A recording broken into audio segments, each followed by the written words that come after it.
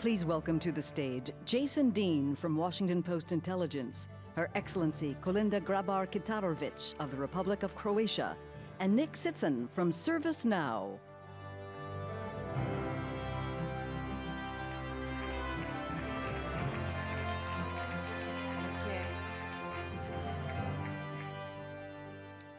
All right.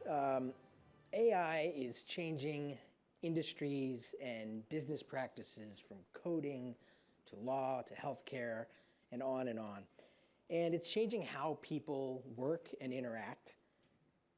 Helping people adapt to that as workers and citizens is a shared responsibility of business and government. And to talk about that today, we have eminent members of both sectors. I welcome Her Excellency Kolinda Grabar Kitarovic, who was president of Croatia from 2015 to 2020, and Nick Tzitzon, longtime tech executive and vice chairman of ServiceNow. Madam President, let me begin with you. You played a key role in integrating Croatia with the EU and came to technological standards and digitalization. What key lessons did you learn from that experience that are applicable to the challenges that society are facing now with AI? Absolutely. Well, first of all, good afternoon, everyone.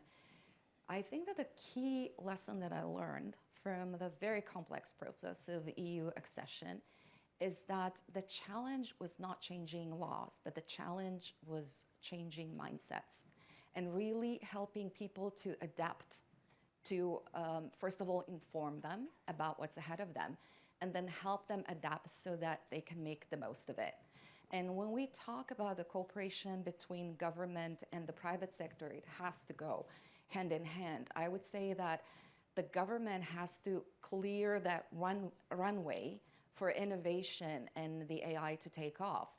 But it also has to make sure that we have a flight plan that lands us safely, which means that regulation has to go hand in hand with technology, but it has to go hand in hand with another important aspect that I learned through EU integration process, and that is trust.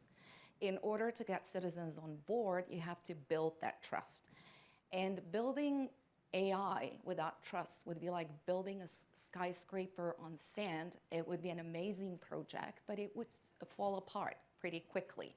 So trust is an essential element in all of it.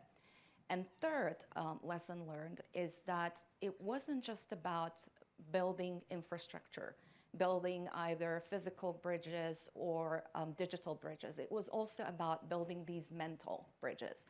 So it wasn't just about harmonization, it was about transformation of the whole society. So if we look at the AI today, it's not just a tech project, it's a transformational project. And by reshaping or shaping AI today through government or collaboration with the private sector, we will actually be shaping the kind of society that we want to live in.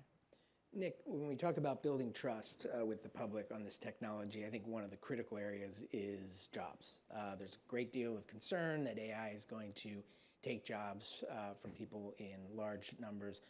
What is your view of that, sort of the role of AI and automation, and what role does human skill play in this new world?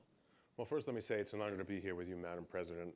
I sent my daughters some information about you, and they looked you up in AI, and my youngest wrote back and she said, "Wow, Dad, but why is she with you? No one's ever heard of you." So you impressed them, I didn't. Yes, no. Look, I think we have a huge opportunity to do something right with the AI wave of change that candidly we've not always gotten right in past waves of change.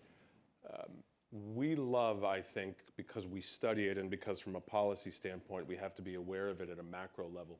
But that's not how people think. They think at a micro level. What does it mean for the job I have? What does it mean for my ability week after week to do good work, to earn a living for my family, and ultimately to take my family's next generation to a better place than it was in the prior generation? And right now, I think the only thing people are hearing in the micro context about AI is that it's going to be a job eliminator for people. And I would just caution, we have to do more, and this is true, I think, in business and in public policy, to change that narrative. Because yes, that is absolutely a risk, and we wouldn't be doing our job if we weren't candid about the risks. But like the internet before it, like the industrial automation era before that, there should be opportunities that are enhancing people's ability to use innately human skills to provide for themselves and their families and ultimately to have a great career. So Jason, I would say we've got to be mindful of where people's minds and hearts really are on this issue right now.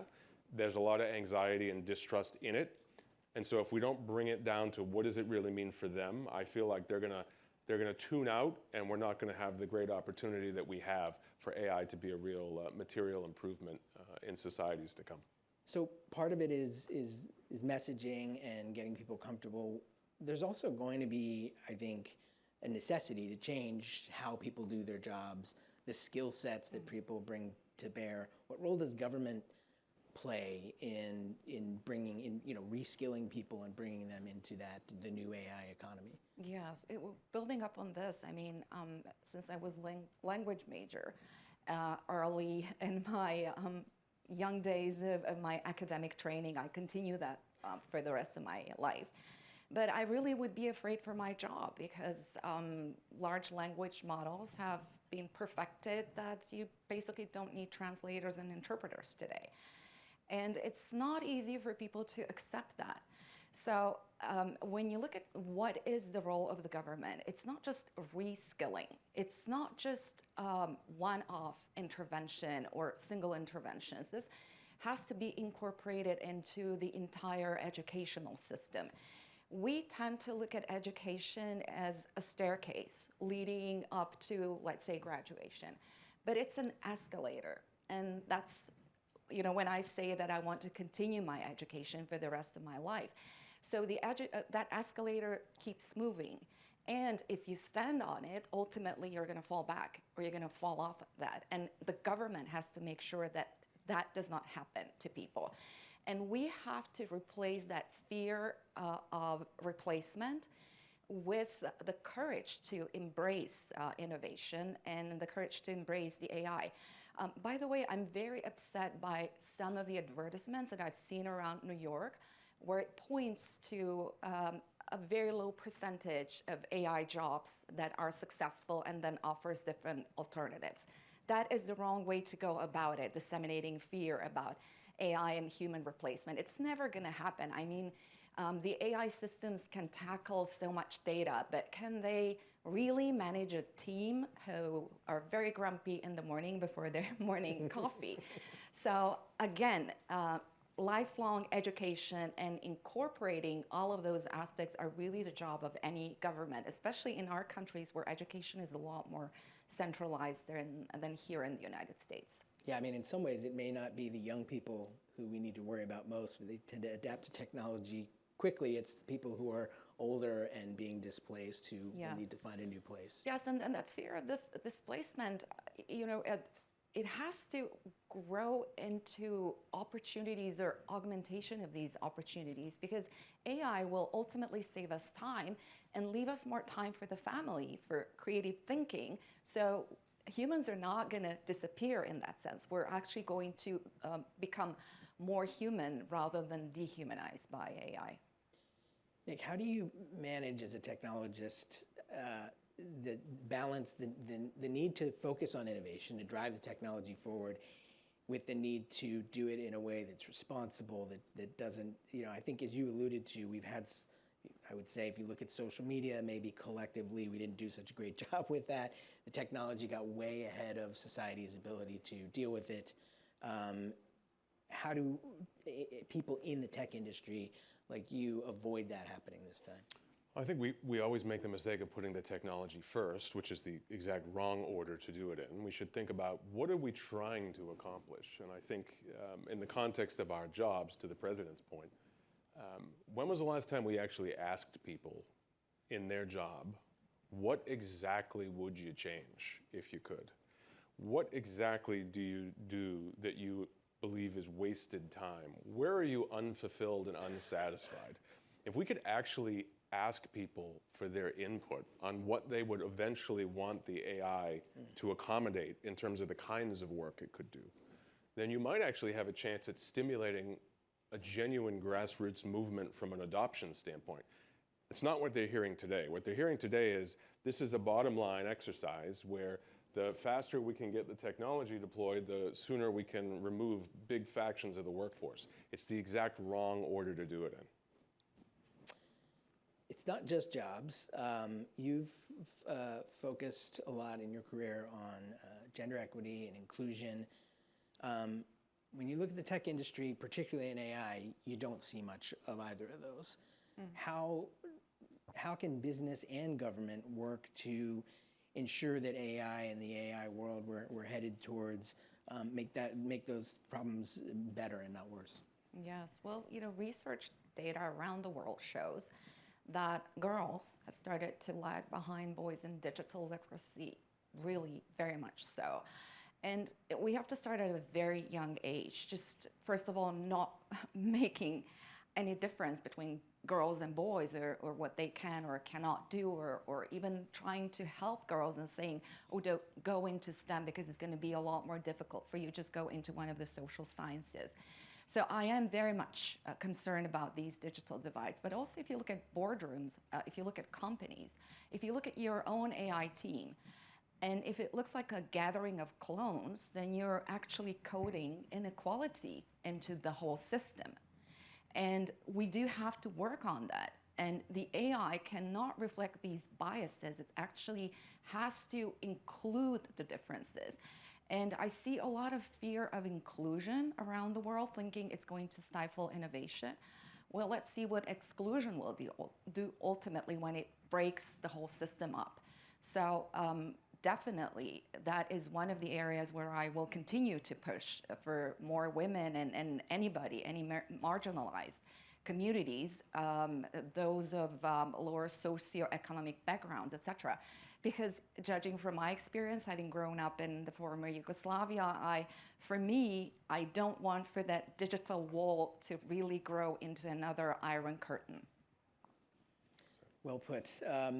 Nick, let me flip it around. What would you like to see, what policy, if you had to pick one area, would you like to see most from government leaders in terms of, or policy area that you'd like to see worked on from government leaders? I'll do two quick ones. One on the regulatory side. I think the more inconsistent the regulatory landscape for AI, the more by accident we'll set up winners and losers. And again, I think anything that inserts doubt into people's minds that they have a viable future in AI is a dangerous path for any geographic region, any country, any jurisdiction. So regulatory consistency is important.